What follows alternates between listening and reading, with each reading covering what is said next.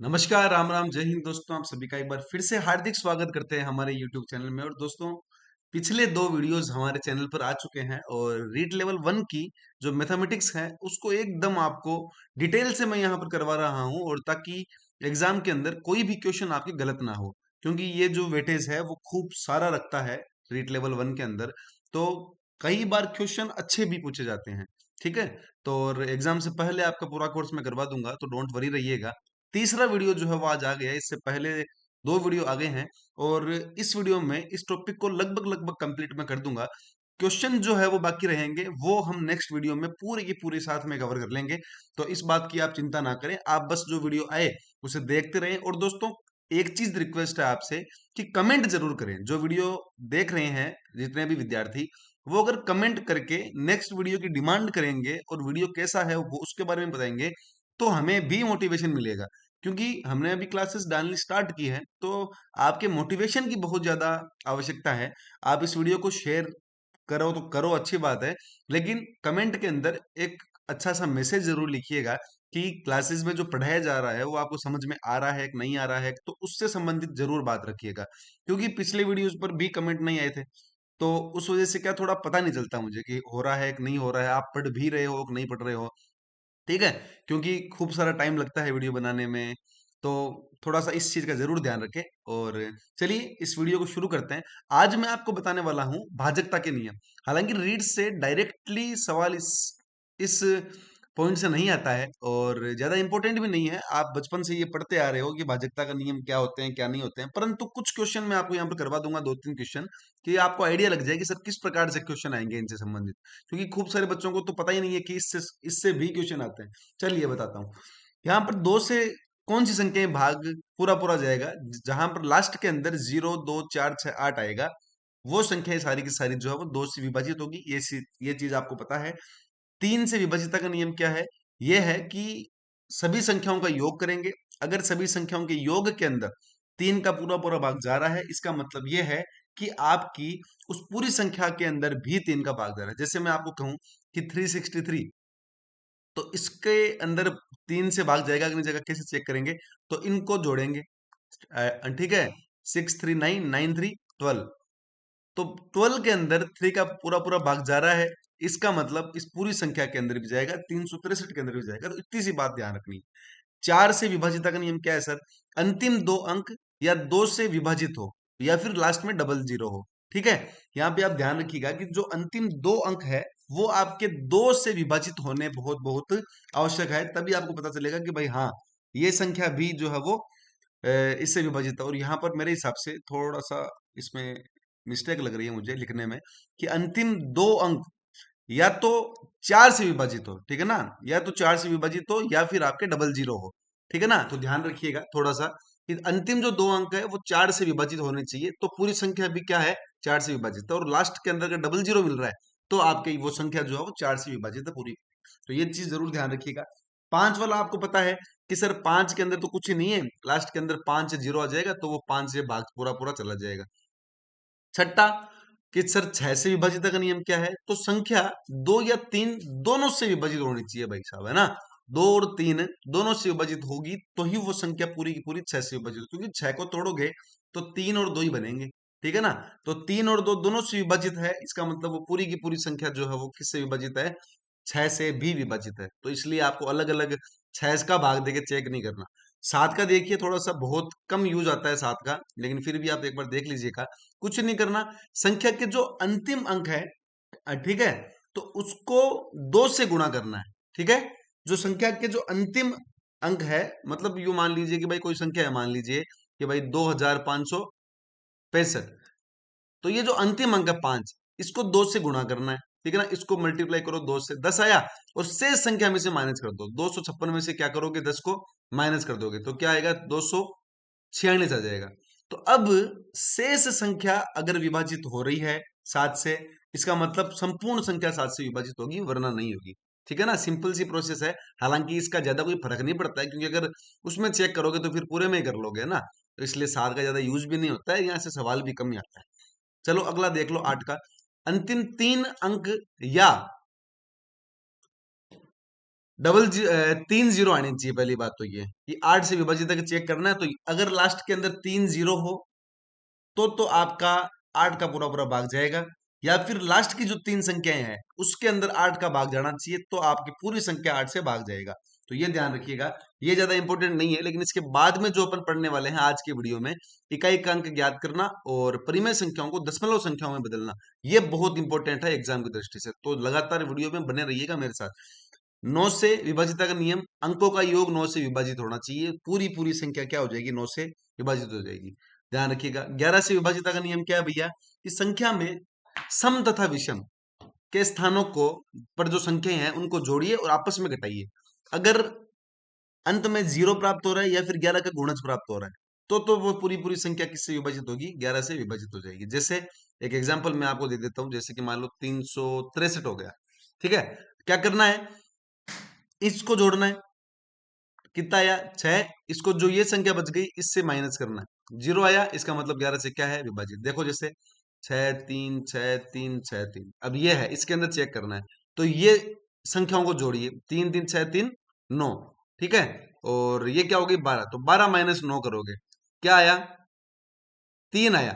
इसका मतलब ये संख्या जो है ये क्या होगी, ये इससे भाज्य नहीं होगी। तो ध्यान रखिएगा, ये आपका पूरा पूरा ध्यान रहना चाहिए कि सर क्या चल रहा है क्या नहीं चल रहा है। ठीक है, इसका क्वेश्चन आपको मैं दे देता हूँ, एक देखते हैं, एक क्वेश्चन देख लीजिए आप, देखते हैं आंसर दे पाते हैं या नहीं दे पाते हैं।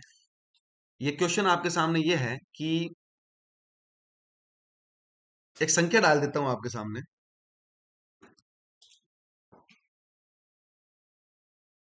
ठीक है, ये जो संख्या है ये 9 से विभाज्य है। क्या है, 9 से विभाज्य है। तो ये बताना है पी की वैल्यू क्या होगी, पी का मान क्या होगा। तो यहां पर आपके जो है वो ये क्वेश्चन जो है वो ये नियम आपको ध्यान में रखने हैं। ऑप्शन देता हूं आपको,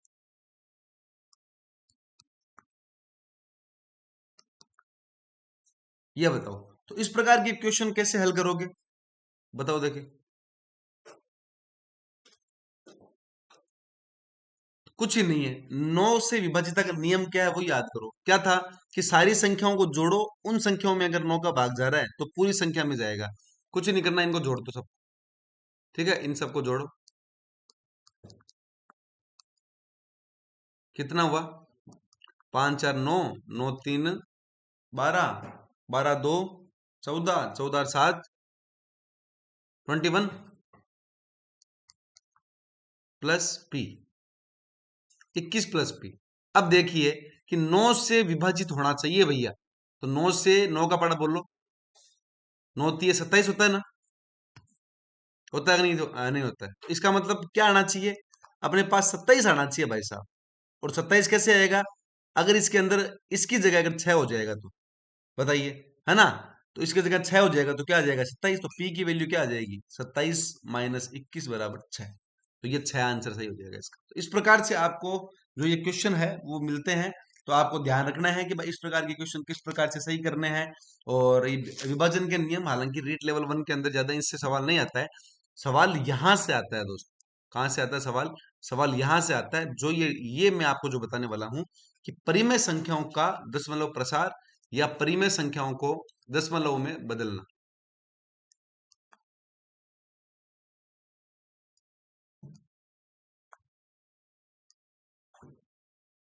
परिमेय संख्याओं को दशमलव में,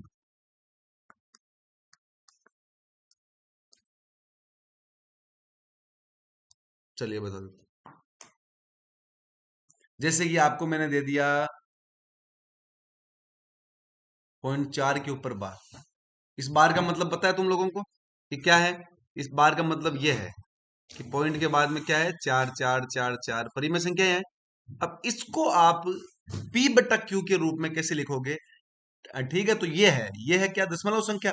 और इस दशमलव संख्या को p बटा q के रूप में कैसे लिखोगे, ये आपको पता होना चाहिए, है ना। चलो वैसे आपको मैं बता देता हूं क्या करना है, कि जीरो, ये जो 0.4 के ऊपर बार है, क्या इसको आप अक्स मान सकते हो क्या, है ना, मान सकते हो।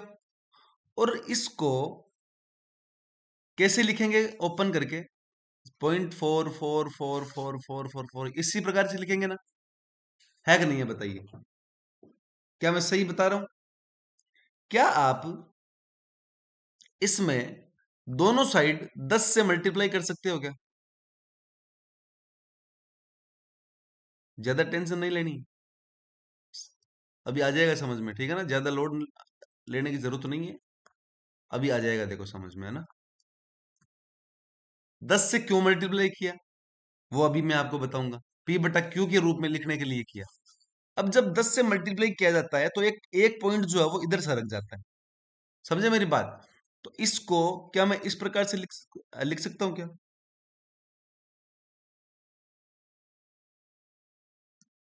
लिख सकता हूं, ठीक है। क्या मैं अब इसको 4.0.4 के ऊपर बार लिख सकता हूं क्या? लिख सकता हूं ना? सर इससे क्या हुआ? अब बताइए, क्या मैं इसको वापस अक्स लिख सकता हूं क्या?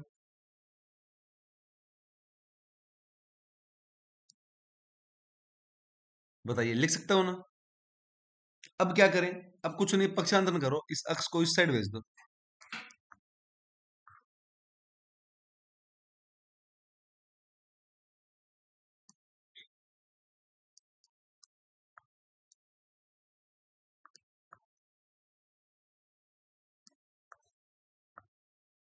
ये देखिए 9/4 आया कि नहीं आया, बताइए।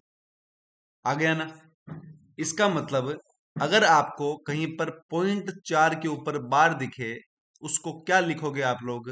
आप सीधा उसको लिखोगे, क्या लिखोगे भैया? 4/9, ठीक है ना? देखो ये 4/9 लिखोगे कि नहीं लिखोगे? जैसे एग्जाम्पल कुछ और दे देता हूं आपको। मैंने कहा 0.5 के ऊपर बार है, इसको कैसे लिखोगे? तो सीधा सीधा याद याद रखना है, शॉर्ट मेथड याद रखना है कि भाई साहब पॉइंट को तो भूल जाओ और जो संख्या बची है वो लिख दो। अब पॉइंट के बाद में जितनी संख्याओं पर बार है, बार ऑब्वियसली पॉइंट के बाद में ही आएगा, तो जितनी संख्याओं पर बार है नीचे उतने जीरो लगा दो। जैसे मैंने कहा 0.13 के ऊपर बार, किसके ऊपर बार? 0.13 के ऊपर बार, 0.14 के ऊपर बार, 0.325 के ऊपर बार, पॉइंट इसके ऊपर बार, और 0.42 के ऊपर बार। तो इनको कैसे चेंज करोगे? इनको चेंज करना एकदम इजी है, वैसे ही है। क्या करोगे? पॉइंट को भूल जाओ, लिखो 13, कितने के ऊपर बार है? 2 के ऊपर, 2 9 लगा दो बस।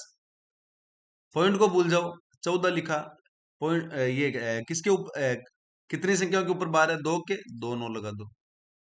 पॉइंट को भूल जाओ, 325, कितनी संख्याओं के ऊपर बार है? 3 के ऊपर है, 3 9 लगा दो। पॉइंट को भूल जाओ, 4213, कितनी संख्याओं पर बार है? 4 पर है, नीचे 4 लगा दो। पॉइंट को भूल जाओ, 42 लिखा, बट्टा कितनी संख्याओं पर बार है? 99। बताओ, देखें कोई दिक्कत है? बात समझ में आ गई क्या? आई कि नहीं आई, बताइए, देखें आई ना? चलो इसके थोड़े से ढंग के एग्जाम्पल देखते हैं। ऐसा एग्जाम्पल एग्जाम में नहीं आता है, आ भी जाता है किस्मत बढ़िया हो तो, लेकिन थोड़े से और ढंग के एग्जाम्पल देख देख लेते हैं, जिससे ये टॉपिक आपका थोड़ा सा और ढंग का हो जाए, है ना? चलिए, अब मैं लेता हूँ थोड़े से ढंग के एग्जाम। ये पॉइंट दिख तो रहा है तुम लोगों को? ये ले लिया, ये ले लिया,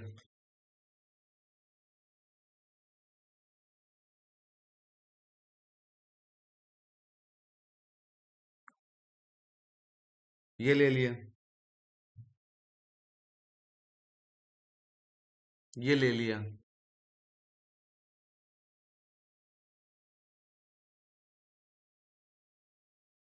ये ले लिया।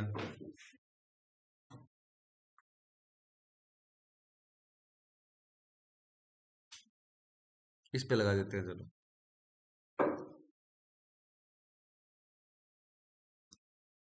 ये ले लेते हैं, ये पॉइंट है ना? ये ले लिया, और लें क्या? चलो एक और एग्जाम्पल और लेते हैं।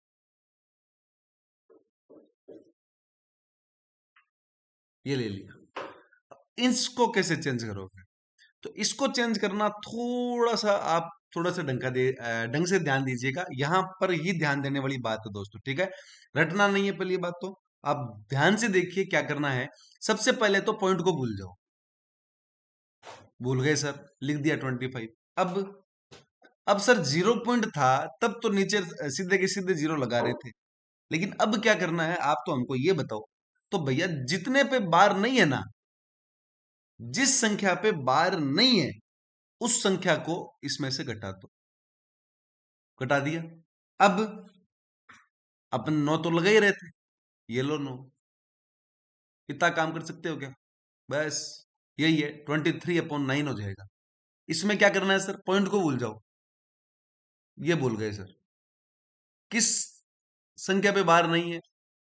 पॉइंट से पहले है ना। 13 पे नहीं है सर, 13 को माइनस करो। एक पे बार है, ये लो। पॉइंट को भूल जाओ, 161। किस पे बार नहीं है? ये एक पे नहीं है सर। कितनी संख्याओं पे बार है? दो पे। पॉइंट को भूल जाओ, माइनस क्या करो जिस पर बार नहीं है पॉइंट से पर, ये लो भैया। कितनी संख्याओं पे बार है? ये लो।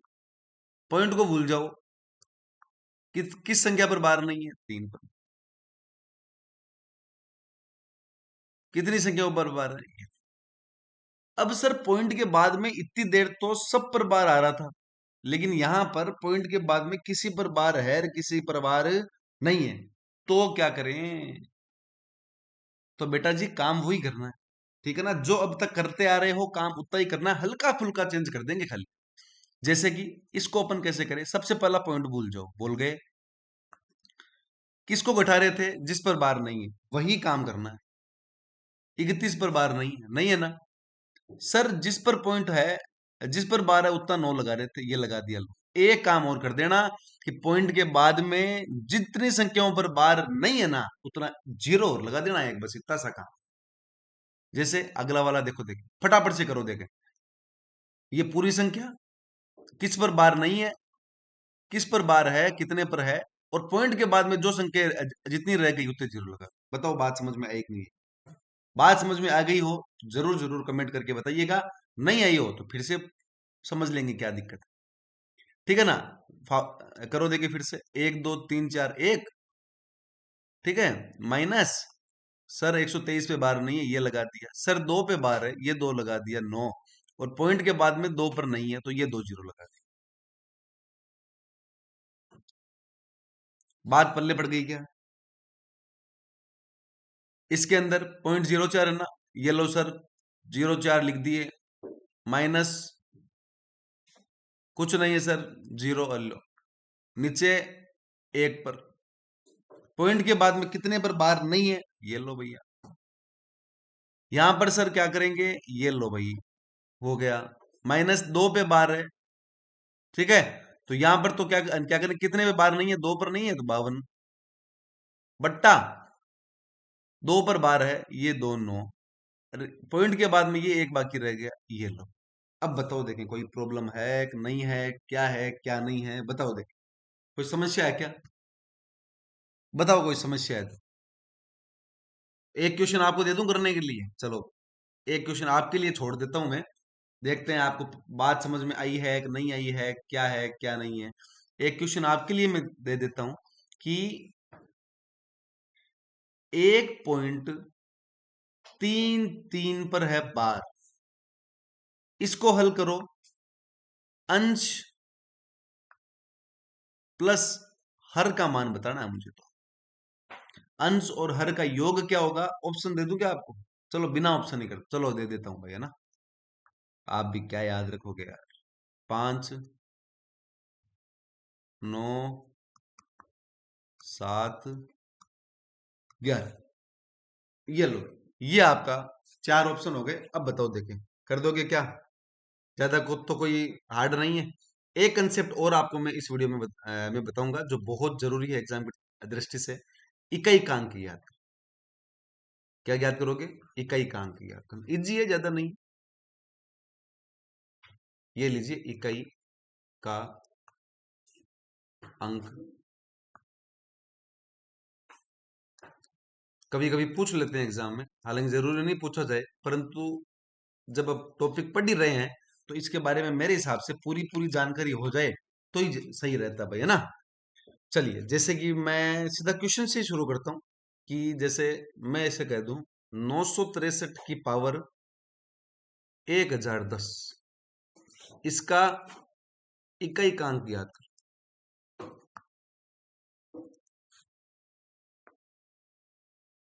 बता दोगे क्या? रामबाण इलाज बताता हूँ भैया। क्या क्या है रामबाण इलाज?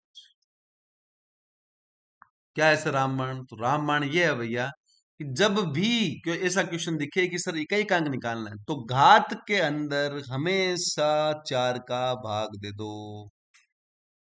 किसका भाग दे दो? 4 का भाग दे दो। चलो सर देख के देखते हैं क्या हो जाएगा। चलो 4 का भाग देते हैं। 1010, 4 का भाग दिया, 2 बार गए, 8 आया, 2 बचे, 1 आया,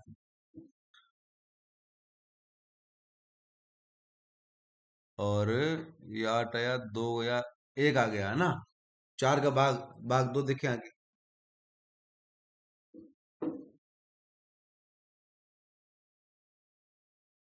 20, बच्चा क्या?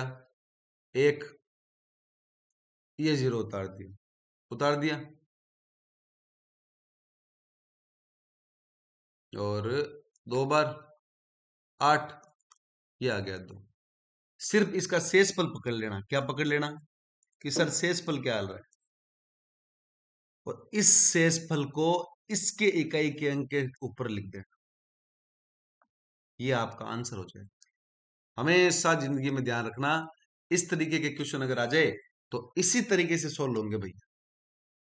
लेकिन एक चीज इसमें ये और ध्यान रखना कि जब भी आपके पास जीरो आ जाए, कि सर जीरो की पावर मान लो कोई चीज आ गई कि 2, 5, 4, 6, 8, 9, 0, इसकी पावर आ गई 2605, तो हमेशा ये जो जीरो है इसकी पावर जो भी है ना, हमेशा इसका इकाई का अंक जीरो ही होगा। ये हमेशा ध्यान रखना। एक 5 का ध्यान रखना कि जब भी इकाई का अंक 5 दिख जाए ना, और उसके ऊपर कितनी भी घात हो चाहे, उसका इकाई का अंक हमेशा 5 होगा। 0, 5, एक 6, 6 का भी ध्यान ध्यान रखना। कुछ भी आ जाए, कुछ भी, अगर उसकी पावर, ये लो, उसकी पावर अगर 6 है ना, 6 का गुणन है ना, तो आपको हमेशा ये ध्यान रखना कि कोई दिक्कत नहीं है। हमेशा आपको ये ही ध्यान ध्यान रखना है कि इसी प्रकार से आंसर आएगा। यहाँ पर आपको लास्ट में 6 मिलना चाहिए, है ना। यहाँ पर आपको लास्ट के अंदर 6 मिलना चाहिए। बात ये है, इकाई का अंक अगर 6 है तो उसके उसके ऊपर कितनी घात हो जाए, आप देख लो। 6 की पावर 2 क्या होता है? 36। 6 की पावर 5 निकाल लो भले ही, इकाई का अंक 6 ही आएगा। तो 6 की पावर कितनी भी हो जाए, उसमें हमेशा इकाई का अंक क्या आता है? यही आता है। एक आप जरूर ध्यान रखना, किसका? एक तो जीरो का ध्यान रख लेना, एक एक का ध्यान रख लेना भाई। लास्ट में अगर एक आ रहा है, जैसे 521 की पावर 8635 है, तो ये एक है ना, इसकी पावर हमेशा एक ही होगी। तो ये दोस्त है आपके, कौन कौन से? 0, 5, 6 और 1, ये आपके दोस्त हैं। बाकी सब में आप 4 का भाग देके देख लेना। जैसे कुछ अभी आपको मैं करवा देता हूँ, कुछ कुछ क्वेश्चन मैं आपको करवा देता हूँ, जैसे ताकि आपकी थोड़ी सी प्रैक्टिस हो जाए। जैसे मैं यहाँ आपके लिए लिखता हूँ 2137 की पावर 238, ये मैं लिखता हूँ। क्या करोगे? सीधा का सीधा इसमें 4 का भाग दिया। 5 चौक 20, बच्चा 3, 38, 9 बार 36, बचा क्या? ये 2 बच गया ना, 7 की पावर 2 लगा दो, 49। ये लो 9 आ जाएगा आंसर। बताओ बात पल्ले पड़ी कि नहीं पड़ी? पड़ गई क्या? एक क्वेश्चन देखो, ये करा देता हूं आपको।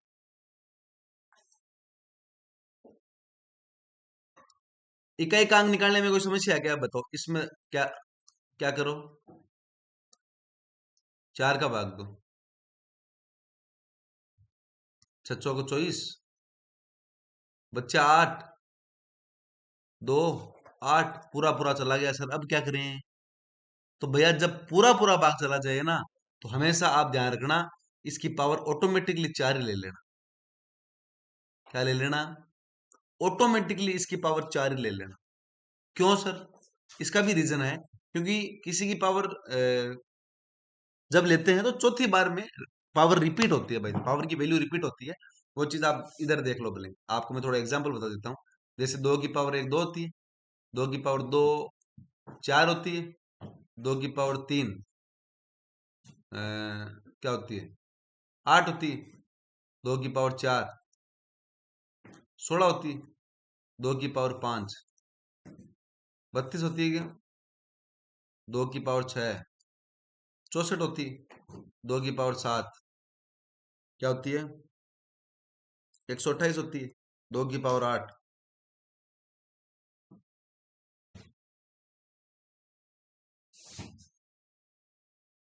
256 होती है। अब यहाँ आप एक चीज नोटिस करो, ये पावर एक है तो इकाई अंक 2 है, ये इकाई अंक वापस यहाँ रिपीट हो रहा है देखो। ये 4 है पावर 2, ये 4 यहाँ रिपीट हो रहा है देखो। ये 8 है, ये यहाँ रिपीट हो रहा है देखो वापस। ये 6 है ना, ये वापस 6 रिपीट होता है। आगे भी रिपीट होंगे।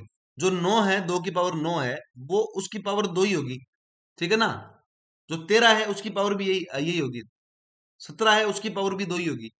इसीलिए जब पूरा पूरा भाग चला जाए तो क्या करना है आपको, आपको उसकी पावर क्या ले लेनी है, 4 ले लेनी है, जिससे आपको कोई दिक्कत नहीं आएगी। भाई बात समझ में आई कि नहीं आई?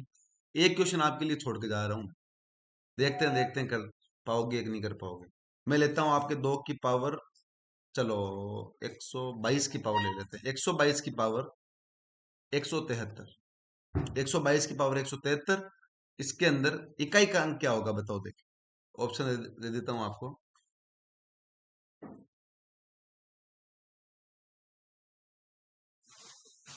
2 5 9 7, ये आपका क्वेश्चन है आज के लिए।